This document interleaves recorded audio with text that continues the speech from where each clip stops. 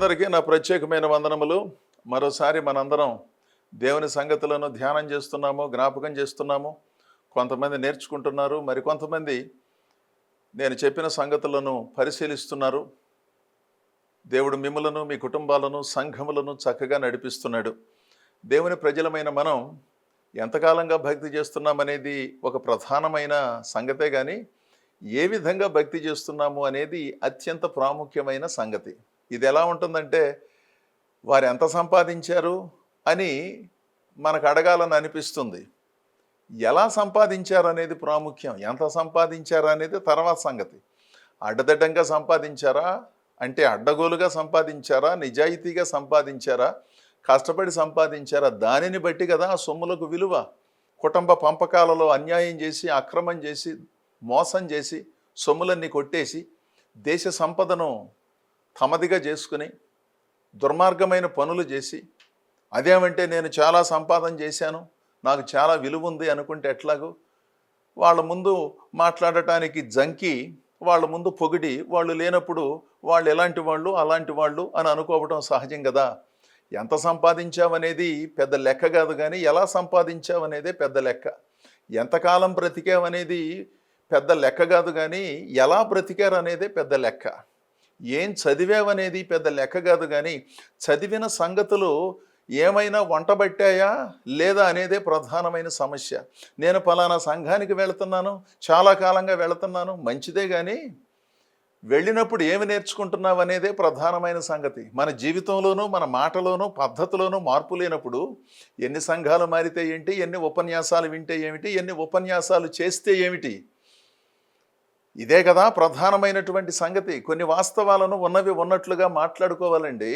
ఎంతసేపు దేవుడు గొప్పవాడు, ప్రేమ కలిగిన వాడు, క్షమించేవాడు, ఉన్నతుడు, నాకు దర్శనం ఉన్నది, నాకు పిలుపు ఉన్నది, నాకు భారం ఉన్నది.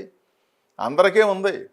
పిలుపు భారం ఉండటానికి ఆలోచనలలో కాస్త అవగాహన ఉంటే సరిపోతుంది. కానీ బాధ్యతగా శరీరాన్ని వంచి, మనస్సును వంచి, ఏ ప్రతికూలమైన పరిస్థితి వచ్చినప్పటికీ దేవుని సేవలో ముందుకు సాగుతానని కొంతమందికి ప్రభు సువార్తను అందించి వారిని ప్రభు దగ్గరకు నడిపించడమే ప్రధాన అంశం. నాకు వాక్యానికి అవకాశం ఇవ్వటం లేదు, మా పాస్టర్ గారు ఆయన కూర్చుని నన్ను వాక్యం చెప్పనివ్వటం లేదు, నేను బైబిల్ స్కూల్లో 1 నెల 2 నెలలు చదివొచ్చాను, 15 రోజులు కోర్సు పూర్తి చేసి వచ్చాను, 1 వారం పూర్తి చేసి వచ్చాను, వారం చివర శని ఆదివారాలు తరగతులకు హాజరై వచ్చాను, నా దగ్గర ధృవీకరణ పత్రాలు ఉన్నాయి, పాస్టర్ గారు నన్ను ప్రోత్సహించటం లేదు, సంఘంలో నాకు అవకాశం ఇవ్వటం లేదు అంటే దైవదాసుడు కూర్చుని ఈ మహాజ్ఞానులకు అవకాశాన్ని కల్పించాలి. అప్పుడు వీళ్ళను ప్రోత్సహించినట్లు అవుతుంది. సేవ మొదలయ్యేది సంఘంలో కాదు, ఆ తర్వాత చేద్దురు. కానీ అలాంటి సేవ ఎవరికైనా వెళ్ళి వ్యక్తిగతంగా సువార్తను చెప్పి, వాళ్ళ కోసం ప్రార్థన చేసి, వాళ్ళ కోసం ప్రాకులాడి, దేవుని సన్నిధిలో వాళ్ళను ప్రభు కొరకు సంపాదించి దేవుని సంఘానికి నడిపించండి. అది సేవ. అంతేగాని ఎవరైనా వేదికలు సిద్ధం చేస్తే, మైకులన్నీ సిద్ధం చేస్తే, ఇప్పుడు పలానా వాళ్ళు వచ్చి దేవుని వాక్యం చెబుతారు అని పిలిచినప్పుడు లేచి వచ్చి మాటలు చెప్పి అభినందనల కోసం అరులు చూస్తూ ఉండటం సేవ కాదు.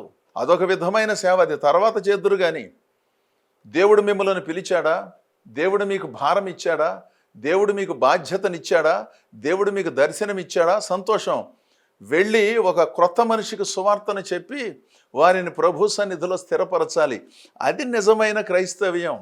అంతేగాని ఆ సంఘానికి పోయే వాళ్ళని, ఈ సంఘానికి పోయే వాళ్ళని ఏదో ఒక పేరుతో లాక్కు రావటం గొప్ప సేవ కాదు. అది ప్రజలను ప్రభు దగ్గరకు నడిపించడం అంతకంటే కాదు. వాళ్ళను అస్థిరపరిచే సేవ చేస్తున్నారు కొంతమంది భక్తులు. ఎందుకంటే వీళ్ళకి అసలు తీరుదారి లేదు, ఒక పద్ధతి పాడు లేదు.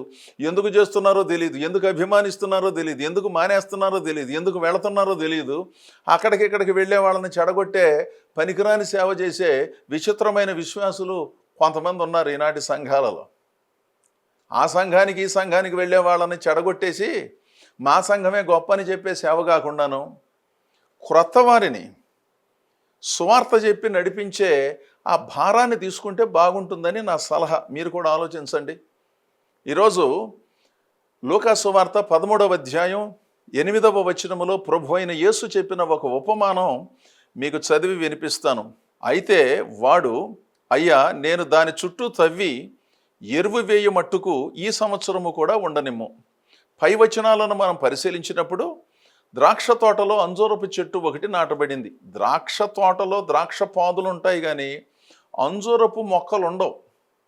ఇది అసహజమైనటువంటి సంగతి.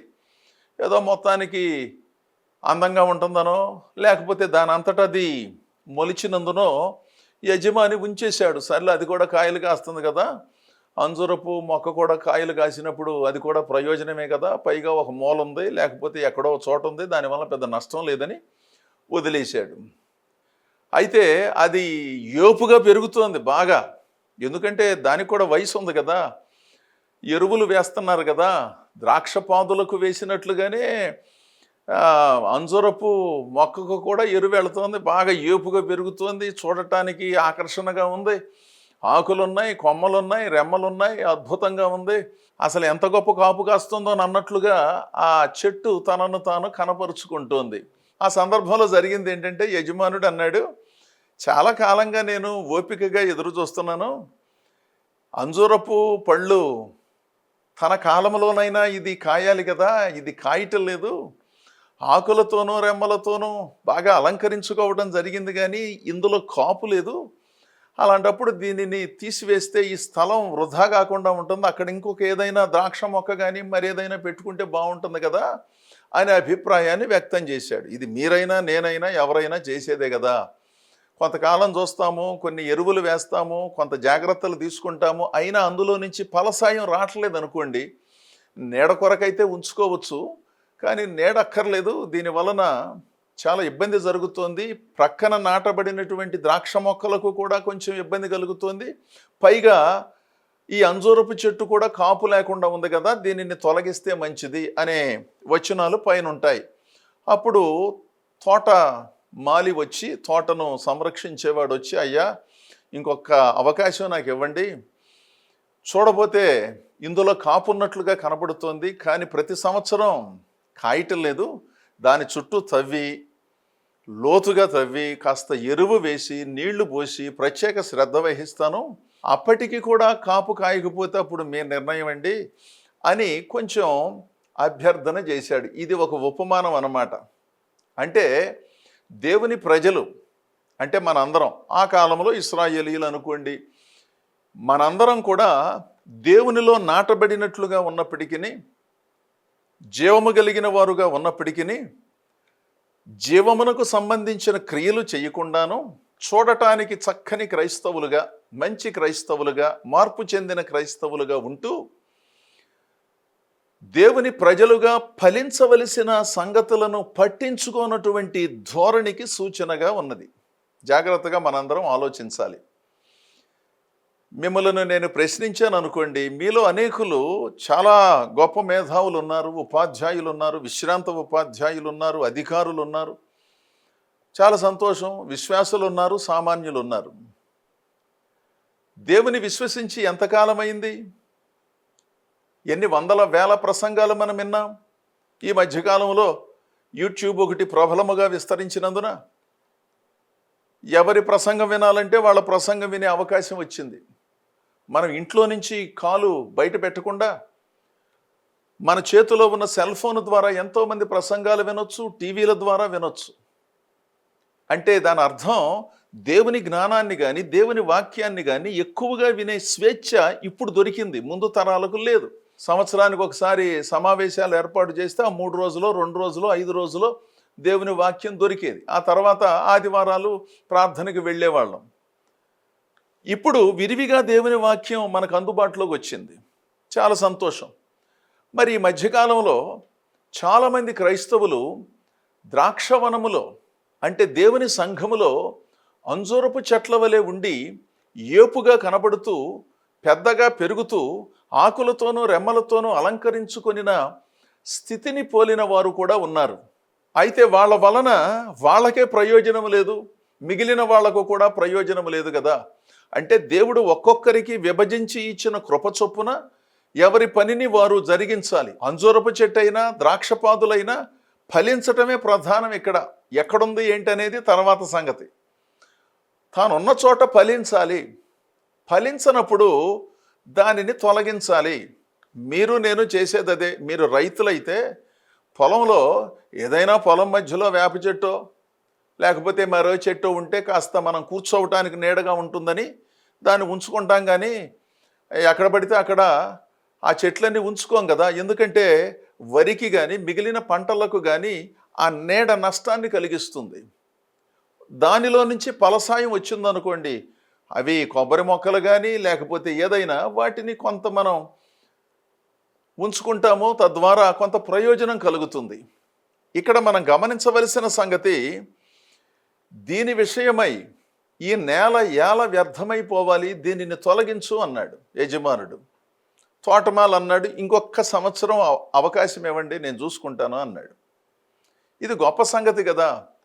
దేవుడు మన జీవితాలలో ఇలాంటి అవకాశాలను కల్పిస్తున్నాడు. అందుకనే మనం ఎంత అసహజముగా ఉన్నప్పటికీ ఇంకా సంఘాలలో నిలిచి ఉన్నామండి.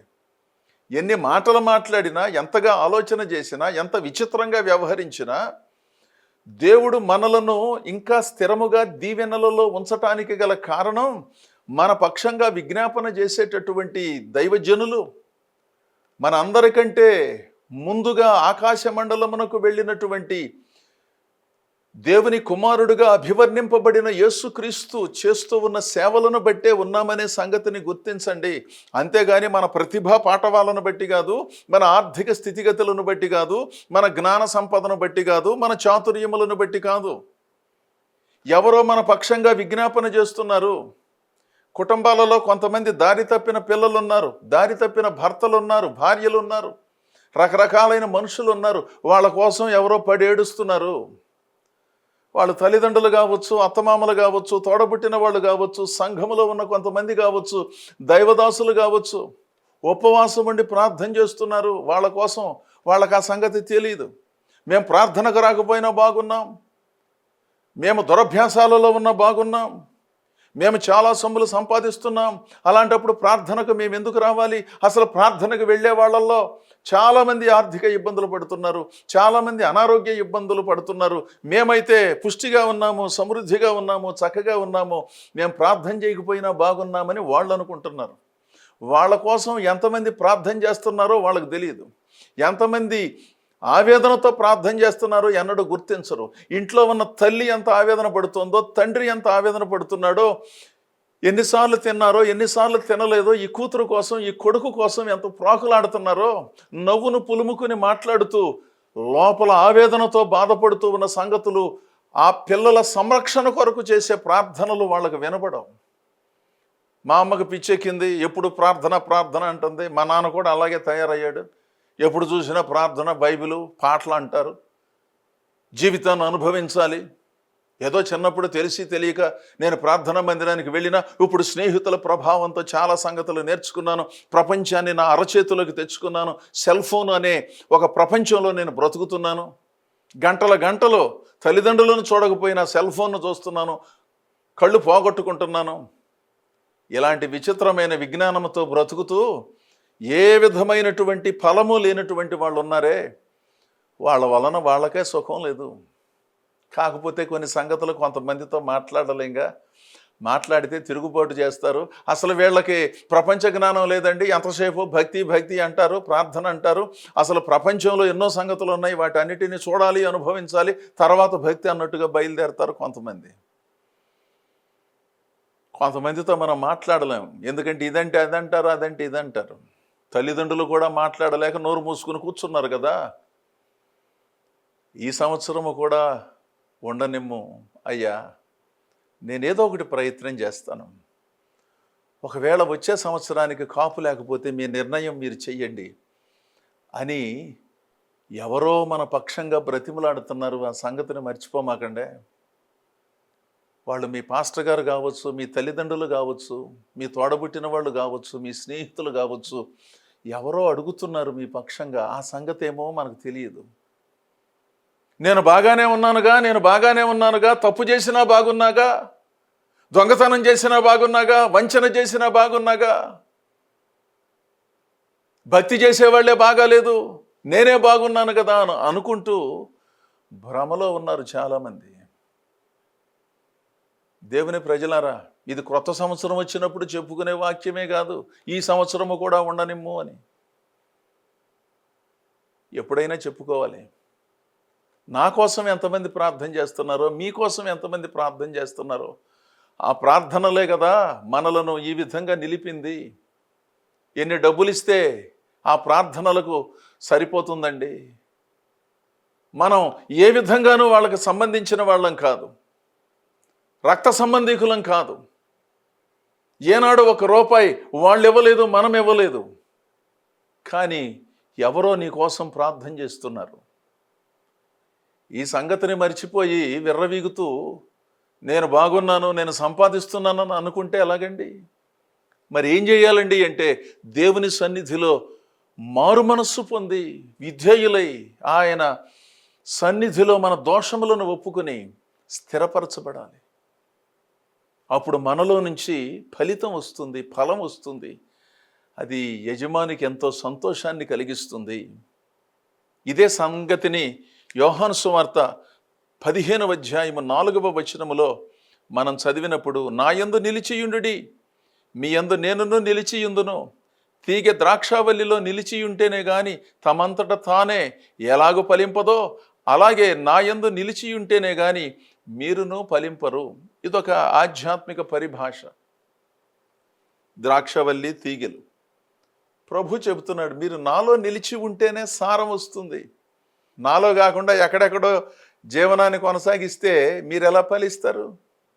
దేవుడు దేవుడు అంటారు, దేవునికి ఇవ్వవలసిన సమయం ఇవ్వరు, దేవుని సన్నిధికి వెళ్ళరు, అసలు దేవుని మాటలు వినే ఓపికే లేదు అసలు. అలాంటప్పుడు ఎలా ఫలిస్తారండి? నా యందు నిలిచి ఉండాలి. ద్రాక్షపాదులో తీగెలు, ఆ ద్రాక్షపాదులో అంతర్భాగం అయితేనే అందులో నుంచి జీవం వస్తుంది, మధురం తీగలలో ప్రవహించి ఆ ద్రాక్ష పండులోకి వస్తుంది. అంతేగాని ఎవరైనా మధ్యలో కత్తిరించారు అనుకోండి, ఒక అరగంటలో ఎండిపోతుంది. అలాగే నాకు సంబంధం లేని భక్తి చేస్తూ, అదేమంటే నేను మందిరాలకు వెళ్తున్నాను, నేను వాక్యం చెబుతున్నాను, నేను బైబిల్ ఇన్నిసార్లు చదివాను, అన్నిసార్లు చదివాను, నేనంటే ఏమనుకుంటున్నారు అన్నట్టుగా ఉంటుంది కొంతమంది. ఏమీ అనుకోవట్లేదు, అనుకోవాలని కూడా అనుకోనక్కర్లేదు కొంతమందిని గురించి. మరి అంత ప్రార్థనా పరులైతే, అంత గొప్ప భక్తులైతే ఈ పద్ధతి మారలేదే, ఈ మాట ధోరణి మారలేదే, ఈ దురాశలు, పేరాశలు, అత్యాశలు ఎందుకు మారలేదు? మరి అంత ప్రార్థన చేసినప్పుడు ఏదో ఒక ప్రభావం ఉండాలి కదా. మన చేష్టలు చూస్తేనేమో విచిత్రంగా ఉన్నాయి, మాటలు చూస్తే, సాక్ష్యములు చూస్తే మాత్రం అసలు నేను అలా ఉన్నాను, ఇలా ఉన్నాను, దేవుడు రోజు నాతో మాట్లాడుతున్నాడు, దేవుడు మాట్లాడని రోజంటూ ఏమీ లేదు. సంతోషం. దాని గురించి నేను వేరుగా ఏమీ అనటల్లా. కొన్ని కుటుంబాలలో ఆడపిల్లలను వాళ్ళ పిల్లలను ఒక రకంగా చూడటం, మగపిల్లలను వాళ్ళ పిల్లలను మరో రకంగా చూడటం, ఇదంతా ఏంటి? మగపిల్లలైనా ఆడపిల్లలైనా వాళ్ళ సంతానమైనా అల్లుళ్ళైనా కోడళ్ళైనా మన కుటుంబంలో సభ్యులైనప్పుడు ఒకవేళ వాళ్ళు చిన్నపిల్లలైనందున సరైన అవగాహన లేకుండా కాస్త పెడసరిగా ఉన్నప్పటికీ పెద్దలైనటువంటి వారు పంచవలసిన ప్రేమలో ఏ విధమైన మార్పు లేకపోతే ఏదో ఒక రోజు వాళ్ళు దారిలో పడతారు కదా. ఒకళ్ళకి తెలియకుండా ఒకళ్ళకి ఇవ్వటం, వాళ్ళ దగ్గర వీళ్ళ గురించి, వీళ్ళ దగ్గర వాళ్ళ గురించి మాట్లాడటం. అదేమంటే నేను ఆత్మీయుడును, ఆత్మీయురాలును, అసలు దేవునితో నేను సహవాసం చేస్తున్నాను, నన్ను మించిన వాళ్ళు లేరన్నట్లుగా వ్యవహరించటం ఏంటిదంతాను? ఇలాంటి సంగతులను మనం పరిశీలించుకోవాలి. నిజంగా ద్రాక్షపాదులో వీళ్ళు ఉన్నారా? దేవునితో చక్కటి జీవనాన్ని కొనసాగిస్తున్నారా? బైబిల్ చదివినప్పుడు అందులో ఉన్న భావం వీళ్ళకి అర్థమైందా? ప్రార్థనా మందిరాలకు వెళ్ళినప్పుడు దైవ సేవకులు చెప్పే సంగతులు అర్థమవుతున్నాయా? ఈ ప్రసార మాధ్యమాల ద్వారా వచ్చే సంగతులను శ్రద్ధగా ఒక అరగంట సేపు వినే ఓపిక ఉన్నదా?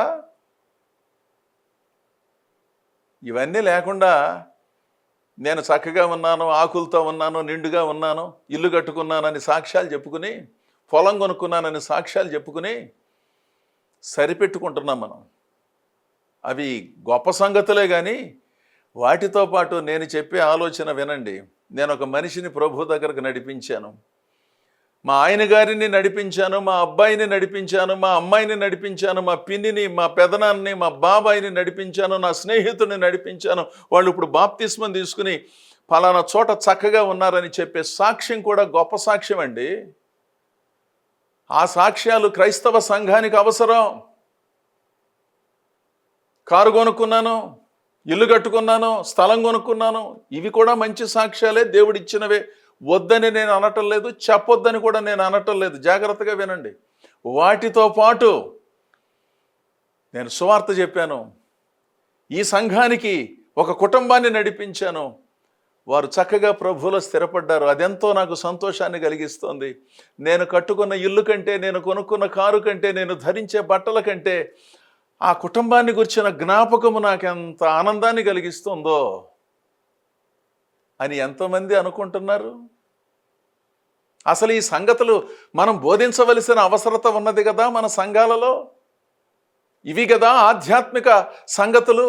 ఎంతసేపు ఆర్థికపరమైన అంశాలు, ఆర్థిక దీవెనలను గురించే మాట్లాడుకుందామా? ఎంతసేపు స్వస్థతలను గురించే మాట్లాడుకుందామా? ఈ శరీరంలో ఉన్నంతకాలం ఒక రోగం తగ్గుతుంది, ఇంకొక రోగం వస్తుంది. తప్పదు, వాటిని భరించాలి. దేవుడు స్వస్థపరుస్తున్నాడు, దానిని స్వీకరించాలి. ఇక భక్తి అంటే ఆర్థిక సంపాదన చేసుకోవటం, స్వస్థతలు పొందటం, అపరిమితమైన సంపాదనలో ముందుకు వెళ్ళటం, సంవత్సరానికి ఒకసారి సాక్ష్యం చెప్పటం, ఒక కానుకను దేవుని మందిరంలో సమర్పించటం మాత్రమే భక్తి. అంతకంటే మించిందేమీ లేదేక. సువార్తను వినిపించడానికి ఏం చేస్తున్నారు అట్టివారు? సమర్థులు, యోగ్యులైన దైవ సేవకులకు ఎంతగా సహకరిస్తున్నారు అలాంటి వాళ్ళు? స్థానిక సంఘాలలో క్రియాశీలక బాధ్యతను ఎంతగా వహిస్తున్నారు?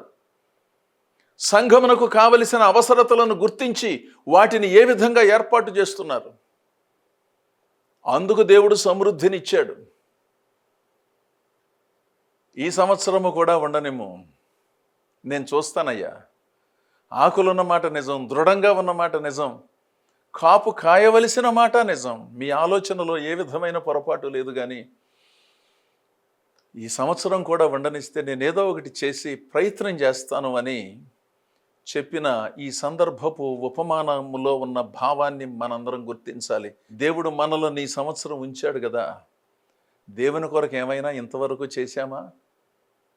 ఆలోచనలు ఉన్నాయండి, చేద్దాం చేద్దాం చేద్దాం అని అనుకుంటూ సంవత్సరాలు గడిచిపోయినా ఏమీ చేయకుండా అదో రకమైన భావనలో ఉంటే పునరాలోచన చేయటం ఎంతో అవసరం. దేవుడు మనలను ఉంచాడు, దేవుని కొరకు ఫలిద్దాం. యోగ్యమైన ప్రవర్తన కలిగి నాణ్యమైన సేవ చేద్దాం, నాణ్యమైన జీవితాలు జీవిద్దాం, నాణ్యమైన బోధలు చేద్దాం, నాణ్యమైన జీవిత ఆశయాలను కలిగి ముందుకు సాగినప్పుడు మన జీవితాలు, కుటుంబాలు, సంఘాలు, దేశం అద్భుతంగా అభివృద్ధి చెందుతుంది కదా. అలాంటి ఉన్నత భావ సరళి కలిగిన మీలో అనేకులను నేను అభినందిస్తున్నాను. ఒకవేళ ఎవరైనా కాస్త వెనుకబడి ఉంటే ఈ సంగతులను పరిశీలించి అద్భుతముగా పునఃసమర్పణ జరిగించుకుని ప్రభువులో సాగాలని కోరుతూ ఈ నా మాటలు ముగిస్తున్నాను. దేవుడు మిమ్మల్ని అందరినీ దీవించునుగాక. ఆమేన్.